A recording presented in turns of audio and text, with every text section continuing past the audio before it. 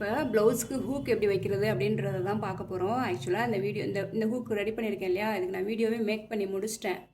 அது வந்து அந்த ஜெப்ரானிக்ன்ற ஒரு மைக்கை யூஸ் பண்ணி அதை பேசினேன் பாருங்கள். ரெக்கார்ட் பண்ணி முடிச்சுட்டு வீடியோ ப்ளே பண்ணால் அது எப்படி இருக்குன்னா, அணிலுக்கு ஒரு வாய்ஸ் கொடுத்து பேசினா எப்படி இருக்கும், அணில் எலிக்கலாம் அந்த மாதிரி இருந்தது. நான் வேணால் இதில் அந்த ஒரு சின்ன கிளிப் இதில் ஆட் பண்ணுறேன் பாருங்கள். இப்போ வந்து பார்த்தீங்கன்னா இது எப்படி ஹூக் வைக்கிறதுன்றதான் பார்க்க போகிறோம். இந்த ப்ளவுஸ் வந்து பார்த்தீங்கன்னா எப்படி இவ்வளோ நீட்டாக ஸ்டிச் பண்ணணும் அப்படின்றத நான் ஃபுல் வீடியோ போட்டிருக்கேன். நீங்கள் என்னோடய பேஜ் உள்ள வந்து அந்த ஃபுல் வீடியோ பாருங்கள். 3 டாட் ப்ளவுஸ் ஸ்டிச்சிங் வீடியோ அப்படின்னு அது இருக்கும். அழகாக நீட்டாக எப்படி ஸ்டிச் பண்ணுறதுன்னு தெளிவாக சொல்லி கொடுத்துருக்கேன்.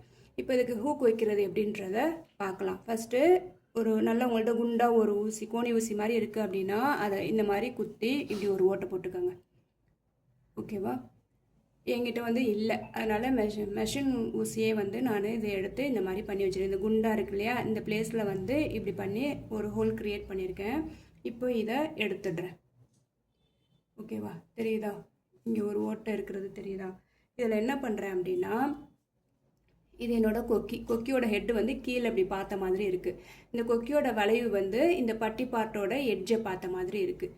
ஓகே, இப்போ என்ன பண்ணுறேன்னா அந்த கீழே பார்த்த மாதிரி இருக்க ஹெட் பார்ட்டை இந்த கீழே இருக்கிற ஓட்டையில் விட்டு மேலே இருக்கிற ஓட்டையில் இப்படி எடுத்துடுறேன். எடுத்துட்டு இந்த கொக்கி இருக்கு இல்லையா, இதை என்ன பண்ணுறேன், இதை அப்படியே கீழே தள்ளுறேன். அழகாக மாட்டிடுச்சு பாருங்கள். இப்படி நீங்கள் மாட்டும் போது இந்த எட்ஜிலேருந்து ஒரு 0.2, அதாவது 1/4 இன்ச்சில் இப்படி இருக்கணும், ஸ்பேஸ் இருக்கணும். ஓகேவா? அந்த மாதிரி பார்த்து இந்த ஹோல் போட்டு இதை மாட்டிக்கோங்க. இப்படி மாட்டும் போது இது ஸ்ட்ராங்காக நின்றுக்கும். தைக்கும் போது லைட்டாக அந்த ஹெட் பார்ட்டை மட்டும் நீங்கள் ஹோல்டு பண்ணிக்கோங்க. ஏன் அப்படின்னா இது இப்படி கிராஸாக இப்படி போகிறதுக்கு வாய்ப்பு இருக்குது. ஓகேவா? இப்போ இதை எப்படி ஸ்டிச் பண்ணலாம் அப்படின்றத காட்டுறேன். நான் வந்து பார்த்தீங்கன்னா 2 ஸ்ட்ராண்டு தான் போட்டிருக்கேன். இந்த பக்கம் 2, இந்த பக்கம் 2 இருக்கா. இதில் வந்து பார்த்தீங்கன்னா இந்த எண்டில் நம்ம அது ரெண்டு ஸ்ட்ராண்டாக போட்டிருக்கிறதுனால இங்கே ஒரு வளைவு இருக்கும். தெரியுதா? இந்த மாதிரி இருக்குது. நான் வந்து முடிச்சு போடலை.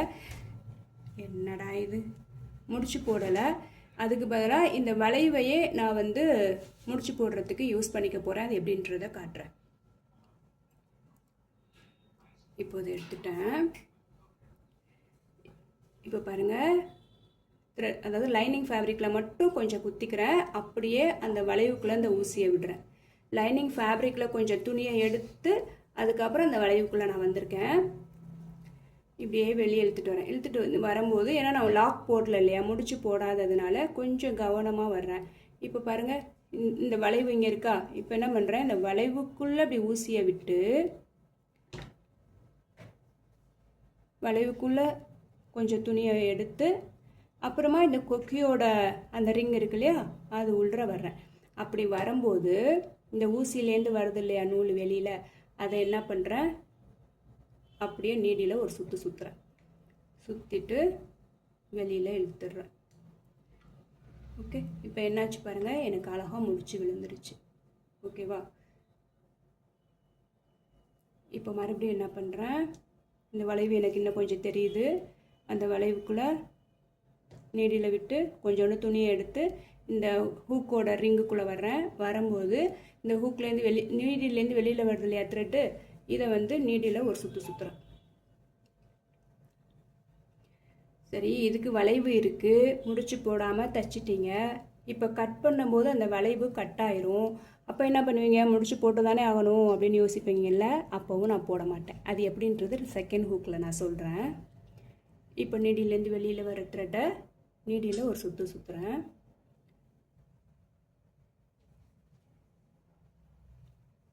ஓகே,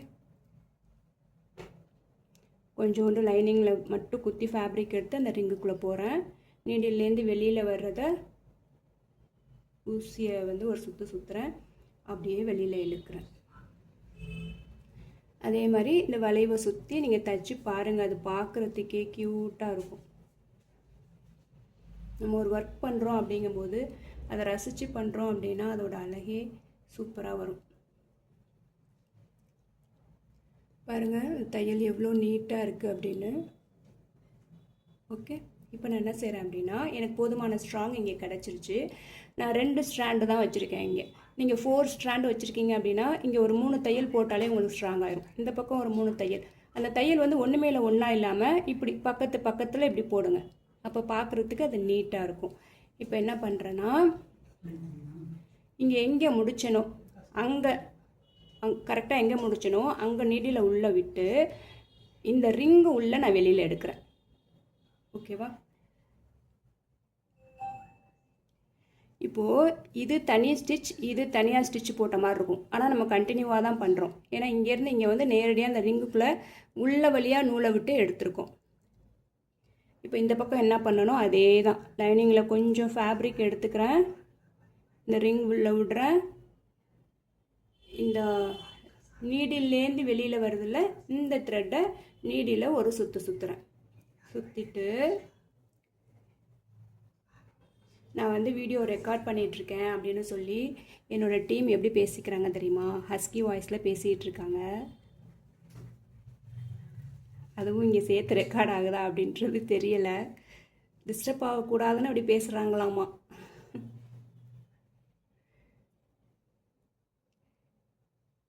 இழுத்துட்டேன்.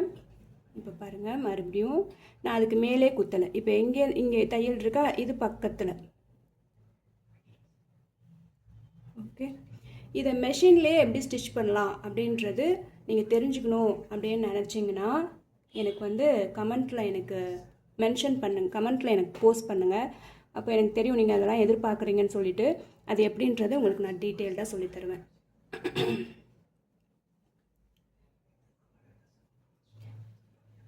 இந்த வீடியோ யாருக்கு தேவைப்படுமோ அவங்களுக்கு ஷேர் பண்ணுங்கள். தெரியுதா? தையல் எவ்வளோ அழகாக இருக்குது பாருங்களேன். இப்போ எனக்கு போதுமான ஸ்ட்ராங் இங்கே கிடச்சிருச்சு. இப்போ என்ன பண்ணுறேன்னா, எங்கே நான் முடிச்சேனோ கரெக்டாக அங்கே நீடியில் உள்ளே விடுறேன். உள்ளே விட்டு எங்கே ட்ராவல் ஆகி போகிறேன்னா இந்த ஹெட்டு பக்கத்தில், இங்கே ஹெட்டுக்கு மேலே இப்படி வரப்போகிறேன். ட்ராவல் பண்ணி வந்துட்டேன். பார்த்தீங்களா? இப்போ பாருங்கள், நூல் எங்கேயுமே வெளியில் தெரில. இதை தனியாக தைச்ச மாதிரி இருக்குது, இது தனியாக தைச்ச மாதிரி இருக்குது. இப்போ இதை தனியாக நம்ம தைக்க போகிற மாதிரி இருக்குது. ஆனால் நம்ம அப்படியே கண்டினியூவாக தான் வரோம். இப்போ வந்துட்டேனா, இப்போ நான் என்ன செய்ய போகிறேன் அப்படின்னா, என்னுடைய நூல் எங்கே வெளியில் வந்ததோ அங்கே ஊசியை இன்சர்ட் பண்ணி இந்த பக்கம் வெளியில் எடுப்பேன். பாருங்கள், லைனிங்கில் தான் நான் விடுறேன், மெயின் ஃபேப்ரிக் அதை டச் பண்ணலை. இந்த பக்கம் விட்டு இந்த பக்கம் வந்துட்டேன். கரெக்டாக இந்த ஹெட்டை கவர் பண்ண மாதிரி. ஓகேவா? இப்போ என்ன பண்ணுறேன்னா, நீடிலேருந்து வெளியில் இருக்கு இல்லையா, இந்த ஊசியை அந்த நூலை என்ன பண்ணுறேன் அப்படின்னா, இதை எடுத்து இந்த ஹெட்டு பார்ட் இருக்கு இல்லையா, இந்த ஹெட்டு பார்ட்டுக்கு நடுவில் விடுறேன். உள்ள அந்த கேப்புக்குள்ளே, புரியுதா? இந்த கேப்புக்குள்ளே விட்டு அப்படியே இந்த ஊசியிலையும் ஒரு சுற்றுறேன். சுற்றி எடுத்துடுறேன். ஏற்கனவே இங்கே நம்மளுக்கு ஸ்ட்ராங்காக தான் இருக்குது. ஆனாலும் இதை இன்னும் நம்ம ஸ்ட்ராங்காக ஹோல்ட் பண்ணுறதுக்காக இந்த ப்ரொசீஜர் நம்ம பண்ணுறோம். ஏன்னா ஒரு ப்ளவுஸையே இந்த ஹூக்கு போய் இப்படி மாட்டி நின்று தான் தாங்கி பிடிக்குது. அப்போ அது ஸ்ட்ராங்காக இருக்கணும். அதுக்காக தான் இந்த மாதிரி நம்ம பண்ணுறோம். அதுக்கு எக்ஸ்ட்ரா ஸ்ட்ராங் கொடுக்குறோம். இப்போ என்ன பண்ணணும், அதே தான், மறுபடியும் அதே இடத்துல குத்தி அதே இடத்துல வெளியில் விடுறேன். இப்போ இந்த நீடிலேருந்து வெளியில் வருது இல்லையா, இந்த த்ரெட்டை ஏன் இதை நான் மென்ஷன் பண்ணிகிட்டே இருக்கேன் அப்படின்னா அதை மாதிரியே பண்ணுங்கள். அதனால தான் மென்ஷன் பண்ணிகிட்டே இருக்கேன். இப்போ அந்த ஹெட்டு உள்ளே போயிட்டு ஊசியில் ஒரு சுற்றி வெளியில் இழுத்துட்டு வரேன். ஓகே, இந்த மாதிரி ஒரு 3 ஸ்டிச் போட்டுக்கோங்க. இப்போ என்ன பண்ணுறேன்னா, எப்படி நாட் போடுறதுன்னு சொல்லித்தரேன். இப்போது மறுபடியும் நீடில் அதே மாதிரி குத்தி வெளியில் எடுத்துக்கிறேன். இப்போ வேறு எங்கேயுமே நான் போகலை. இப்படி நீங்கள் குத்தி எடுக்கும் போது இந்த நீடில் பக்கத்தில் ஒரு த்ரெட் இருக்கும். ஓகேவா? இந்த த்ரெட்டை தான் நீடிலில் ஒரு 3 சுற்றுறேன். இவ்வளோ நேரம் நான் என்ன சொன்னேன், நீடிலிருந்து இப்படி வெளியில் வரும், அதை யூஸ் பண்ணுங்க அப்படின்னு சொன்னேன். ஆனால் இப்போ என்ன சொல்லியிருக்கேன், இந்த நீடில் பக்கத்தில் ஒரு த்ரெட் இருக்கும், அதை 3 சுற்றுங்க அப்படின்னு சொல்லியிருக்கேன். ஓகேவா? லாக் போட்டாச்சு. ஏன் அப்படி சொன்னேன் அப்படின்னா, இந்த நீடிலேருந்து வெளியில் வர த்ரெட்டை நீங்கள் போட்டு இழுக்கும் போது தான் இந்த மாதிரியான ஒரு ரிசல்ட் உங்களுக்கு கிடைக்கும். இங்கேயே அப்படி சொன்னேன் அப்படின்னா, நீடிலேருந்து வெளியே வர த்ரெட் நீங்கள் முடிச்சுக்கு போட்டிருந்தீங்கன்னா நீங்கள் இழுக்கும் போது நூல் இங்கே பாதியிலே மாட்டிடும், ப்ராப்பராக அந்த முடிச்சு வராது. அதனால தான் அந்த பக்கத்தில் இருக்கிற த்ரெட்டை முடிச்சுக்கு யூஸ் பண்ணிக்க சொன்னேன். ஓகேவா? இப்போ கட் பண்ணிடலாம். எவ்வளோ நீட்டாகிடுச்சு பார்த்தீங்களா? இப்போ நம்ம கொஞ்சம் இதை தூக்கி விட்டோம் இல்லையா, இதை என்ன பண்ணிக்கலாம், இந்த ஹெட் பார்ட்டை கொஞ்சம் நீங்கள் அமுக்கி விட்டுக்கலாம். ஓகே, தையல் எவ்வளோ நீட்டாக இருக்குது பாருங்கள். இப்போது இதை நான் கட் பண்ணிட்டேன்ல, அப்போ அந்த ரிங்கு போயிடுச்சு. இங்கே 2 த்ரெட்டு தனித்தனியாக தான் இருக்குது. ஓகே, இப்போயும் நான் முடிச்சு போட மாட்டேன் அப்படின்னு சொன்னேன்ல, அது எப்படின்னு காட்டுறேன். இப்போ அதே மாதிரி இங்கே இந்த ஹெட் பார்ட் எங்கே இருக்கோ இந்தோட ஹெட் பார்ட்டும் அங்கே தான் இருக்கணும். மேலே கீழே அப்படியெல்லாம் இருக்கக்கூடாது. ஓகேவா?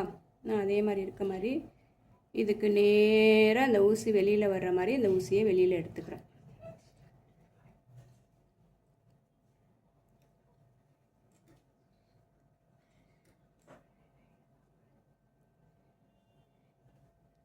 ஓகே, நல்லா அப்படி சுற்றிக்கிறேன். அப்போ என்ன ஆகுனா அந்த ஹோல் வந்து எனக்கு நல்லா ஃபார்ம் ஆகி கொடுக்கும். பார்த்தீங்களா? ஹோல் ஃபார்ம் ஆகிடுச்சு பார்த்தீங்களா? இப்போ என்ன பண்ணுறேன், இந்த ஹோல் உள்ள இந்த ஹூக்கை நான் எப்படி பிடிச்சிருக்கேன் பாருங்கள். இந்த ஹெட் பார்ட்டு கீழே இருக்குது. ஓகே, அப்படியே இந்த ஹோல்குள்ளே கீழே விட்டு இப்படி மேலே இழுக்கிறேன். இழுத்துட்டு இந்த அப்படியே இந்த பக்கமாக திருப்புறேன். ஓகே, ஈஸி தான். நீங்கள் ட்ரை பண்ணும்போது உங்களுக்கு சூப்பராக வந்துடும். இப்போது அதே ப்ரொசீஜர் தான்.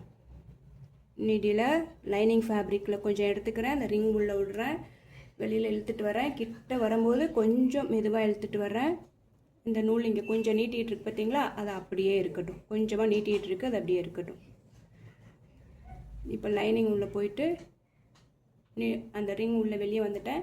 நீடிலேருந்து வெளியில் வருதில்ல, அந்த த்ரெட்டை தான் நான் சுற்றுறேன். சுற்றும் போது என்ன பண்ணுறேன்னா, இந்த இந்த குட்டியாக நீட்டிகிட்டு இருக்குல்ல, இதை வந்து நீடில் பக்கமாக இப்படி எடுத்து விட்டுறேன். ஓகேவா?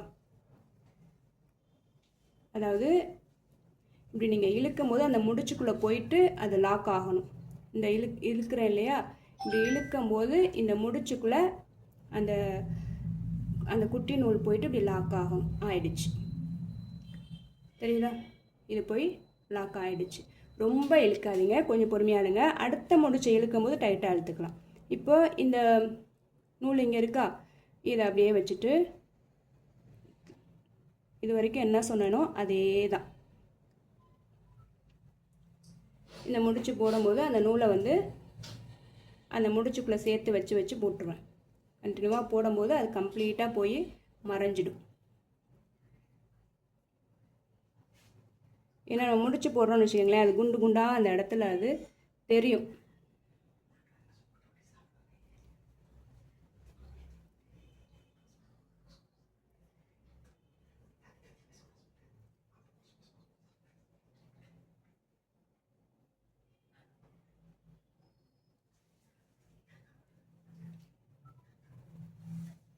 ஓகே,